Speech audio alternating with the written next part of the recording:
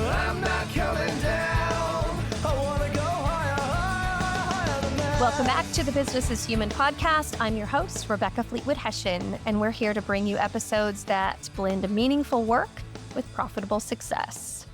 Here to steward what I call the age of humanity. I believe if we transform the way we work, we can transform the way that we live.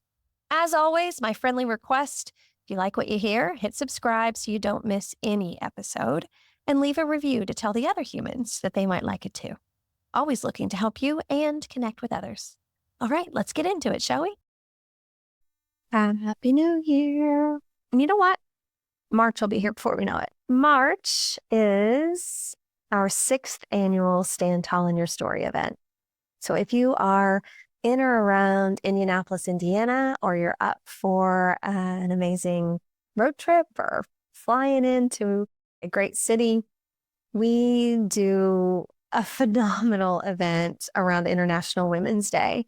This year it's on March 13th. And if you go to RebeccaFleetwoodHession.com and click on the shop tab, you can find the tickets there. And I highly encourage you to consider getting a table for you and your colleagues, your clients, your friends. We have people come from all around and in all different situations for this event because it's not only amazing speakers on the stage, which are 7 women that I've been working with for the last 7 months, and they'll be telling a 7-minute TED-like talk about their life and the empathy and vulnerability and humanity that shows up on the stage for that event is unmatched. And we love to have great conversation. So it's not just about the speakers on the stage. We're going to facilitate great questions at your table. And so if you're looking for ways to really form stronger relationships with your colleagues and clients and friends or whoever, this is the place to do it. And while you're there on the shop tab, you can grab some amazing badass Women's Council merch, like the cute little hat that I'm wearing right now, in case you're seeing this on video. All right, so I'll see you there March 13th. If you have questions, you know how to get a hold of me. Happy New Year. So we are in our 3-week series of reflection questions for the new year. So last week, I asked you questions about yourself, your personal and just life in general. This week, we're going to concentrate on relationships. And next week, we're going to talk more about career. And so follows the reflection plus connection, provides your direction kind of vibe that I like to use a lot, and helps us to pace this out a bit and give yourself several weeks to really think about this year and being able to live it more intentionally. And I reminded us last week that winter is actually a time of hibernation and reflection. And it's okay if you're not feeling all go-getter-ish for the new year. That's more of a corporate view of life than it is our natural rhythm of the seasons. So I much prefer the natural rhythm of the seasons. And so I spend most of January in a time of great reflection, mostly in my comfy clothes with a journal and fire in the fireplace and probably a puppy on my lap. I'm not up just knocking it out of the park first thing in the beginning of the year. And I learned that fairly recently. So if that's not been your practice, I get it. It didn't used to be mine either. But I also used to feel some guilt. That's what I wanted to be doing because that's what my body was craving. But I was forcing myself into that go-getter message of new year, new you. And I just now feel much more aligned to my natural rhythms in the way that I handle my new year. But I do always believe that reflection time is paramount for living the life that you want to live and not getting unintentionally in that mode of proving yourself and pleasing others and making sure that we're not on the path to burnout, which is where that leads. Instead, we are creating the conditions to thrive for ourselves. And so that brings me to the reflection questions for our relationships. And I want to give you some context, as I typically like to do, about relationships, because I am finding this really fascinating. Over the last few years, there's been a real emphasis on authenticity and uniqueness. And I've been participating in that as well. I think we're well overdue for that message, especially in the business community. And it really got accelerated post 2020 when everybody was in a state of basically trauma response from the forced reflection time that we had when the world shut down and we were isolated. And in that time of reflection, many people around the world had some of those feelings of, gosh, I'm not necessarily living the life that I hoped I would, or there's got to be more than this. And so we, since 2020, have had a big shift in the great reimagining of life and work. And so authenticity, of course, is going to be a part of that conversation, because we know that the definition of burnout is to prove yourself, always be working harder, and believe that if you take care of the business, it will take care of you. And all of that is very much an outside in view of life and work. There's something out there that I have to please. I got to work harder to please someone out there in order for me to feel good in here, touching my heart. And what we do around here is inside out. Who am I? How am I going to create the conditions to thrive so that I can show up in my life, my work, my job, my career in a way that I am healed, whole, ready to serve? So as a part of that authenticity message, there's been a lot of self-reflection. There's been a lot of, well, who am I? What do I want? I say this all the time. We are all unique down to our fingerprints, made on purpose for a purpose. We're supposed to be different.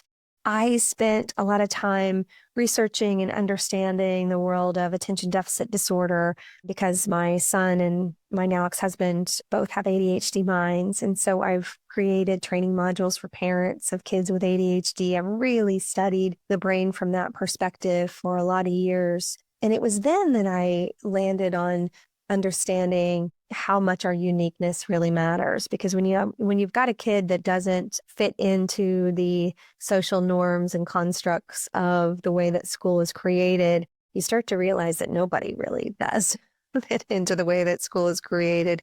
And you start to really see people through the lens of their uniqueness. And as we, as a business community and as a society, look at authenticity as a really high value, we're honoring our own uniqueness. Now, where that gets really fascinating is when we come together, the idea is that we're all unique, like pieces of a puzzle. And that when we come together, there are three characteristics of a puzzle. Once it's put together, it's far more beautiful and it's far stronger, and every piece matters.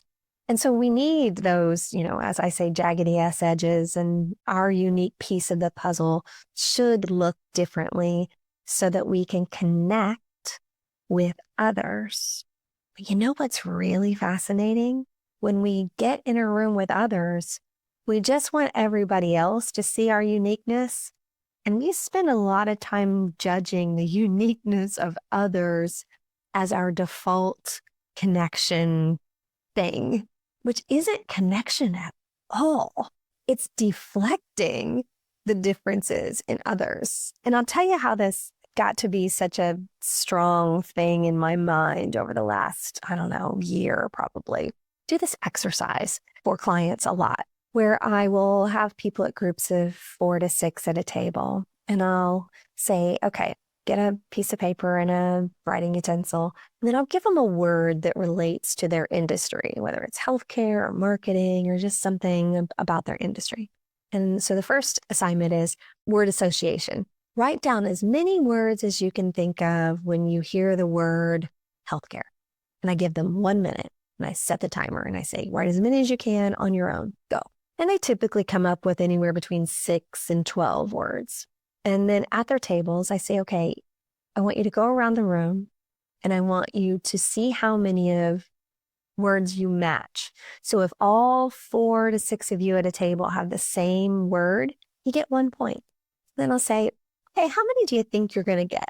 So they give a forecast. And it's usually like 3 or 4. And then I have them compare.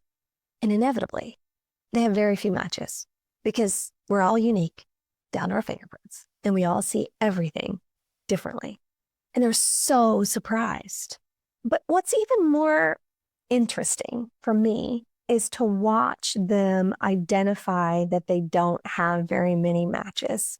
What shows up almost immediately, and they're joking and laughing and having a good time, but they're also really judgy. So they'll be laughing. They'll be like, what do you mean you don't have something, whatever they had on their list that they can't believe that nobody else had? And they're laughing and joking, but they're really shocked. And then I'll say, okay, so maybe that word was, not simple enough. And then I'll give them a really simple word, same exercise with like the word tree or dog or something that everybody knows and relates to every single day of their lives, regardless of their job. And I'll say, okay, write down as many words as you can. You have 1 minute. And usually they have more words to use to see if they sync up. Usually there's between 10 and 20 words that each person has. And I say, okay, how many do you think you're going to match now? And they'll go, oh, we're definitely going to match at least 4 to 6 on this one. Okay. And then I have them compare their list. And very rarely is there a match. So when I use the word dog, you'll have some people that do bull, leash, collar. Some people do spaniel, shepherd, boxer. Some will do poop and snoop. I mean, everybody has a different list. And again, what's really fascinating is the way that people assess how different they really are. And I feel really bad for the people that are not dog people. When I use the word dog, there are cat people out in the world too. And people just look at them. What do you mean you don't like dogs? And then I watch the person who didn't have the word that everybody else had at the table just shrink back and feel bad for being their unique self, because we all want to be our unique self until we're in a group. And then we want us all to be the same. It doesn't work that way. It doesn't work that way. And so in order to really enjoy the benefit of being unique down to our fingerprints on purpose, for a purpose, we need a loving appreciation for our differences. And I'm going to constantly reference the episode I recorded last year with Eliza Kingsford, that all of our thoughts come from love or fear. And when we come together with others with love, that's a love of their differences, not we're going to love them when they see the world like we do. But unfortunately, what shows up in that exercise a lot of times is a fear of differences in others. And so the more that we can go into this new year with curiosity about the differences in others versus this need for everybody to be similar to us in order for us to feel safe, we're going to have much richer conversations and we're going to have deeper relationships. And I encourage you to spend this year watching and reflecting on how you respond to the differences in others. I mean, my goodness, this past election year was enough to send us all into a tizzy about that, huh? We're all supposed to have different perspectives. And as I give you these reflection questions around connection this week, I wanted to set up that context that if we want to be honored for our uniqueness and our authenticity, then we have to honor others. Well, we don't have to. I'm begging you to. I'm begging you to see the world through the lens of not wrong, just different, not better, just different. And my favorite is that normal is just a setting on the dryer. It's not meant to be a label for people. So there's some context for you as we go into these reflection questions about relationships and connections. One of the places that shows up a lot is the differences in men and women. And I think it's fascinating, especially in a work scenario, that it's very clear that men and women are different, right?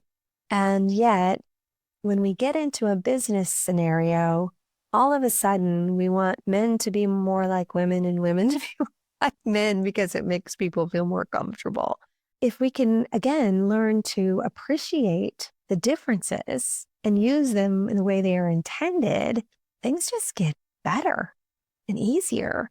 So I asked ChatGPT, I said, based on science, DNA, and universal truths, what are the top 3 strengths and differences in men and women? And the first one was physical strength and endurance. That doesn't mean that women aren't strong. Like, just let go of some of that. Like, it's true that men on average tend to have greater muscle mass and physical strength due to higher levels of testosterone. Women have greater endurance and better recovery times after physical exertion. They also tend to have a higher percentage of body fat, which can be advantageous for energy storage and endurance activities. These are just, we're built this way. We're supposed to be this way. Men generally excel in activities requiring short bursts of high intensity strength, and women may perform better in activities requiring sustained endurance and have better muscle recovery rates. The amount of sleep that men and women need are different. Women need more sleep than men. And so we don't have to compete and compare that we're supposed to be up at 4:30 a.m. because our husband is, or that's what our brother does, and vice versa. Just honor who we are. Another category that ChatGPT gave me was cognitive and emotional processing. The strengths are that men tend to have advantages in spatial reasoning and tasks that involve complex navigation. They are also more likely to excel in tasks requiring focused attention and single tasking. Women generally have stronger verbal and language skills. They are often more adept at multitasking and have better emotional intelligence, which includes empathy and social cognition. The difference is that men are often better at visualizing objects in space and orienting themselves in an environment. Women typically have superior abilities in understanding and processing emotions and in tasks requiring verbal communication. And so there are so many great opportunities in a business setting to honor the differences in men and women in the way that we're crafting strategy and execution. It's not uncommon for a man to say, okay, this is where we're going to go. And it's a very powerful stance on something. This is what we gotta, this is the hill we're going to take. And then women in the room are the ones that are saying, well, hold on, let's make sure that everybody is on board with this. We've got all the resources that we need. We're communicating it well. We've taken into consideration the emotions about this goal. It's a perfect opportunity for those two perspectives about something to come together and come up with an even better plan moving forward. But too often we don't acknowledge the differences are very real and use them to combat and frustrate one another versus come together. The third area that ChatGPT came up with was stress response and resilience. Strengths. Men tend to exhibit a fight or flight response to stress, which can be beneficial in situations requiring immediate action or confrontation. Women often display a tend and befriend response to stress, which involves seeking social support and nurturing relationships. This can lead to better long-term stress management and resilience. The difference is men's stress responses are more geared towards immediate physical action, and women's stress responses are more inclined towards social bonding and collaborative problem solving. You may have noticed when things are in a conflict situation, oftentimes men want to just make a decision and move on. And women are saying, hang on, we need to talk about this. And so there's no right or wrong here. This is understanding differences so that we can use those differences to grow our businesses in a really beautiful way. So it says that the universal truths are that Both men and women possess unique strengths that complement each other, which is vital for the survival and thriving of societies. The expression of strengths and differences is influenced by both biology and environment, making cultural context important in understanding these traits, and emphasizing and leveraging the strengths of both genders can lead to more balanced and effective teams and communities. Can I get an amen and an amen? So again, differences, supposed to be different, but how can we use those differences to come together? Coming down. I never liked it on the ground. You know, I love a good connection. And I recently met a founder. Her name is Paige McFeely, and her company is called Base. And what I love about her work is, well, you know, business is human, and the humans running your business need support. But the support that everyone needs is going to look very different because we're all unique down to our fingerprints. So some people need help with an overloaded calendar or an overflowing inbox, invoicing expenses, personal appointments, social media. It could be anything. And finding the right virtual executive assistant can help with all of that. And that's what Base does. They're the expert in finding you not just an EA, but the right EA to ensure that the partnership is a success. They've been trusted for over 10 years. They have a proven track record and a highly skilled pool of US-based EAs experienced in a range of areas. So getting started with an EA might feel overwhelming. So Base offers these resets for just $750. An executive assistant will come and clean up your, well, they won't come there, it's virtual. They'll clean up your email, your calendar, and no commitments, just results. And as a special offer, they're giving you buy one, get one free resets. So get one for yourself and then give one to a friend, a coworker, your boss, your spouse. And then if you decide to continue working with Base to actually have a partnership with an executive assistant, they'll give you exclusive bonuses, making it even more rewarding for you and your friend. Mention my name, Rebecca Fleetwood Hession, or Business is Human podcast to get your BOGO and all the special treatment that comes with it. All right, let me know how it goes. All right, on to the reflection questions for relationships. Here we go. In between the questions, that will be up to you to pause the episode and either journal or just spend some time thinking about these questions for yourself and the relationships that you're in or want to be in for 2025. What relationships in 2025 do you want to really nurture, to deepen, to spend some time and effort understanding the uniqueness of that person and how you can come together in a beautiful way? What relationships might you need to release in 2025? What relationships are no longer serving you? And it's okay if that happens. It frees up your emotional bandwidth and your time to let other relationships enter into your life. And so not all of our relationships were meant to be forever. But what relationships do you need to release in 2025? What relationships, new relationships, do you hope to gain in 2025? And sometimes for this one, it helps to look at various aspects of your life. Is there some health goals that you have for the year? And so you're looking for people that can help support you in healthier habits. Are there some things you want to learn for your work that you would love to have some others that could teach you and encourage you?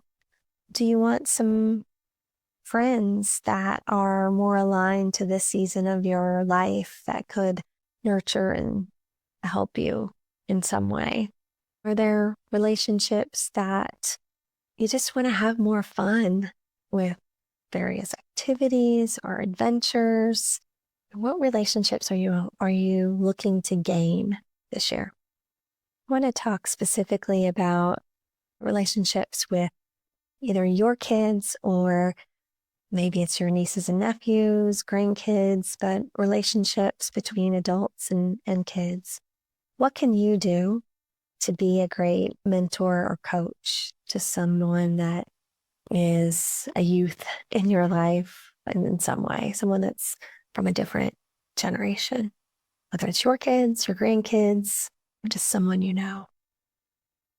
What kind of coach or mentor are you looking for in 2025?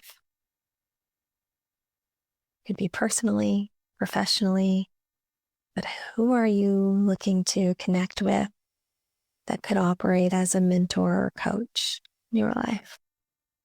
This next question really connects the reflection questions from last week, the self-reflection, into relationships. But what are the things that you can do to ensure that you show up in your relationships in the best way possible? And because we're all unique, I recommend that you make a list of that inner circle of your life, personally and professionally. Who are those people that are the front row seats? And then ask yourself that question. What do you need to do to show up the best you can in that relationship? And then go through that list of your inner circle and ask yourself, what is it about that person's uniqueness that I could do a better job honoring for them? To hold up the mirror and help them see themselves as the unique, authentic person that they are. What could you do to honor that person's uniqueness and authenticity and differences? And again, connecting last week's reflection questions to this week, it's nearly impossible to have really solid relationships in our lives without honoring the stillness and the nervous system regulation that we need to have those great connections. And so as you're thinking about these relationships, always remember that it starts with you. So as you're thinking about that inner circle of relationships, make some notes of what are the things that you can do to really invest in that relationship that matters so much to you that they are your inner circle, personally and professionally. What are some goals that you have for each relationship? One of mine when my kids were little, this is going to sound really bad probably, but I was this frenetic, working, traveling, exhausted mom. And I'd set a goal to make more eye contact, to sit and really connect with my kids and not to multitask and pretend listen, because I was so tired from the day that I couldn't really connect. And now I realize that I understand the nervous system better of it. Getting more rest would have been the main goal. But I set that intention to make sure that I sat down and made real eye contact, heartbeat to heartbeat, eyeball to eyeball. So that's a good one for any relationship that you really care about, is to really put things aside and listen. So the power move of great connection is to become the best listener. So what can you do to become the best listener possible in 2025? All right, y'all. That's it for today. I hope you will go back and spend some time on each of these questions with your journal, or just revisit it from time to time and see what bubbles up. All right, I'll be back next week with some reflection questions about career. Love you, mean it. I'm not coming down. I never left it on the ground. I'm not coming down. Thanks for being here. You can follow us on Instagram, Business is Human, or TikTok, Rebecca Fleetwood Hession. It's a great way to share some of the clips with your colleagues and friends. All right, make it a great day. Love you, mean it.